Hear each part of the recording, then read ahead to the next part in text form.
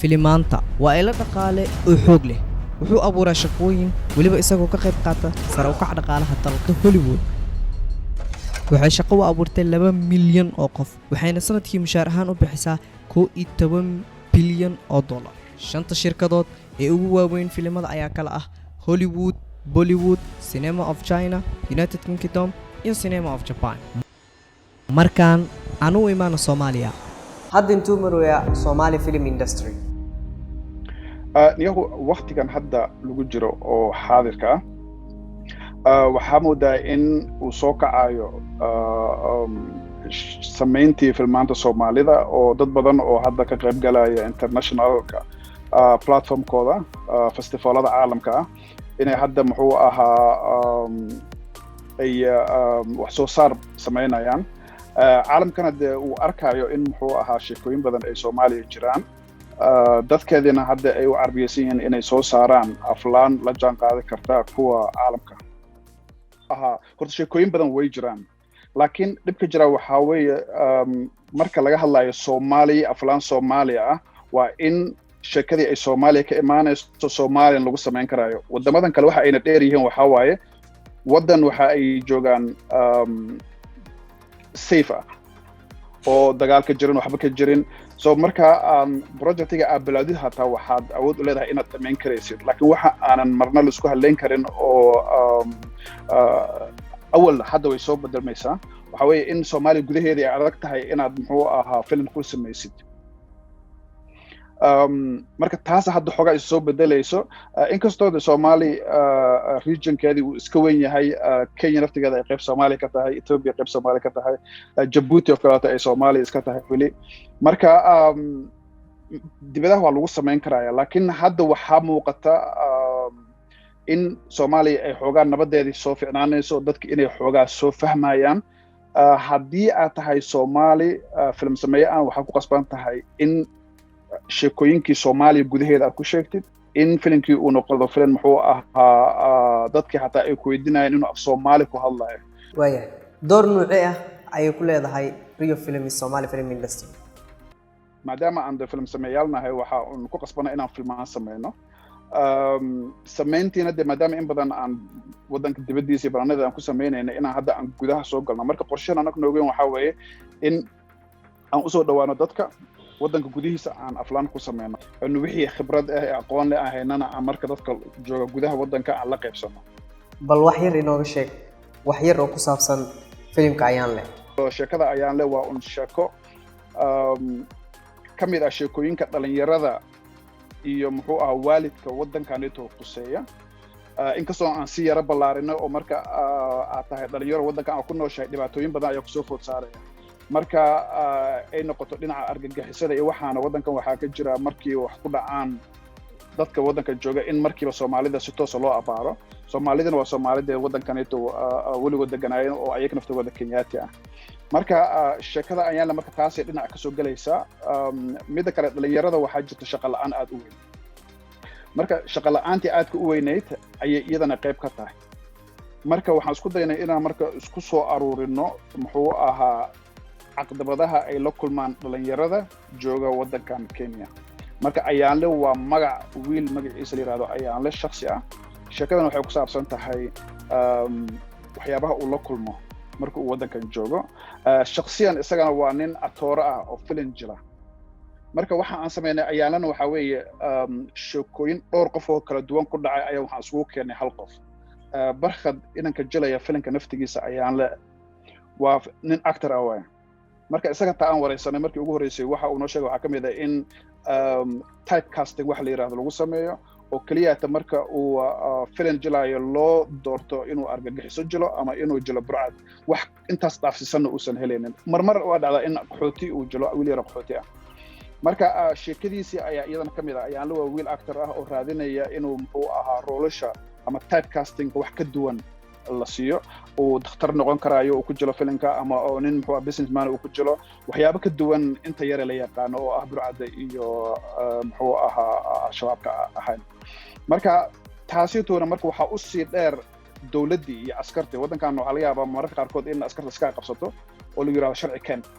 adoo sharciga haysatay haddana lagu sii yiraahdo waan kaa shakinay al-shabaab aan kaaga shakinay si un aad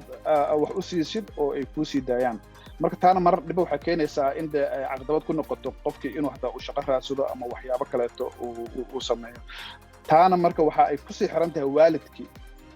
oo ayakana dee markii wiilashooda ay waayaan oo la xirto ama xabsi la geliyo ku qasbanaanaya inay muxuu ah shilmaantii ay shaqaysteen ay kusoo furtaan marka wixii dhan oo isku soo koobnay oo noqday filimka ayaan leh riwaayadaha ayaa soomaalida ugu jirtay booska filimada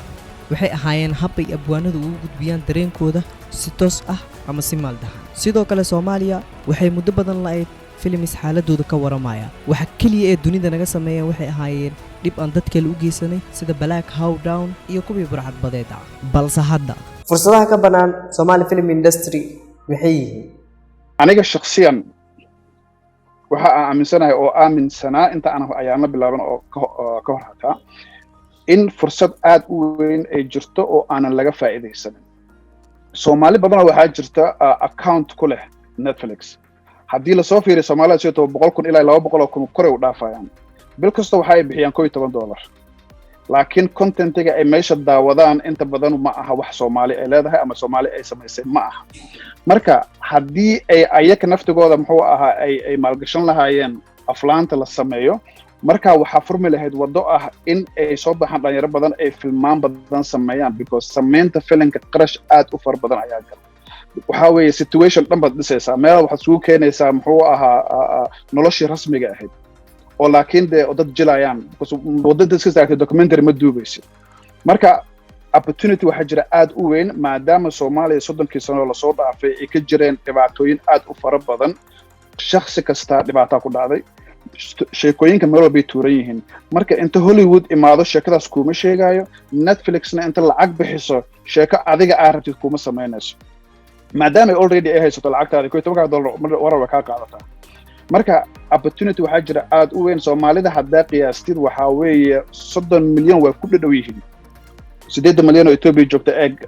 Kenya 4 milyan ku dhawaad way Soomaali gudaheeda 10 milyan ay gaarayaan waxa ay dhan inta ka soo baxday haddii 1 milyan oo Soomaali ah ay filimkaaga daawato $10 bixiyaan taa waxa weeye qarash gaaraya $1 milyan marka 1 milyan 30 milyan ka hadlayna waxa 1 milyan bas marka ma waxa la waayay Soomaali oo dhan hadda fiidiyoda aragtay oo heesaha la geliyo 10 milyan daawata 10 milyan daawata marka waxay ka dhigan tahay in dad badan ay content ay daawadaan raadinayaan marka waxa kugu filan haddii aad $500,000 ama $1 milyan film gelisid 2 milyan oo daawato in lacagtaada kaaga soo noqoto waxa ay sameynaysaa shaqo abuur aad u badan oo ah dadkii wax qorayay oo muxuu ahaa Soomaalida dad wax qoray inta badan marka dad badan waxa jira muxuu ahaa de poetry-ga qoraya oo sheekooyin badan sameeya dadka shaqo la'aan bay yihiin marka lagama faa'iideysto maskaxdoodii dad waxa jira hami u leh oo hadda fiirso TikTok hadda acting aad ugu wanaagsan Soomaaliya lagama faa'iideysto shaqana ma haystaan marka shaqo abuur aad u far badan ay sameynaysaa Nigeria oo kaleeto sanadkii waxa ay sameeyaan ku dhawaad 2,500 oo film sanadkii 2,500 xisaab jira anaga waxaan ka hadlaynaa hal film inaan dhowr sano soo saarno marka waddankaasna waxa weeye muxuu ahaa the second highest muxuu ahaa income waa waddanka markii loo fiiriyo filmaanta waxa ka soo gala ku dhawaad $2 billion sanadka sameeyaan Ghana ku soo xigto iyadana gooni ka marka Soomaali waxa weeye dad hal luqad ku hadla hadda Nigeria kale luqad kala duwan ay ku hadlaan xataa laakiin filimka af Soomaali ku baxaya waxa daawanaya dadka Djibouti jooga daawanaya dadka waxa jooga Soomaali gudaheeda jooga kuwa Kenya jooga kuwa diaspora daawanaya marka kaliya waxa u baahanahay waxa weeye system loo sameeyo in dad maalgelin ay ku sameeyaan ayna aaminaan waxaaneeto inuu yahay business marka aad film sameynaysid waa adigoo product sameysay ka soo qaad adigoo boorso oo dadka isticmaalaan amal sameysay dadka raba boorso inay iibsadaan way ka iibsanayaan marka filimka waa in loo fiiriyaa loo arkaa wax business ah oo ah inaad muxuu ah wax soo saar sameynaysid haddii dadka ay fahmaan in muxuu ahaa aflaanta uu business aad u weyn yahay looga faa'iideyn karo dhalinyarada waddankana looga faa'iideyn karo sheekooyinka waddanka yaala in shaqo abuur dhalinyarada loo sameeyo oo muxuu ahaa laga faa'iideysto fursadan oo ah maxay ahayd in wax soo saarka aflaanta kor loo qaado waxay u eg tahay in tiknoolajiyadda mar kale Soomaaliya dunida filimada dib ugu xirtay. haddaba ka bulsho ahaan sideen ugu qayb qaadan karnaa sar u qaadida filimaanteena? waa inaan wax badan daawanaa ama se la soconaa.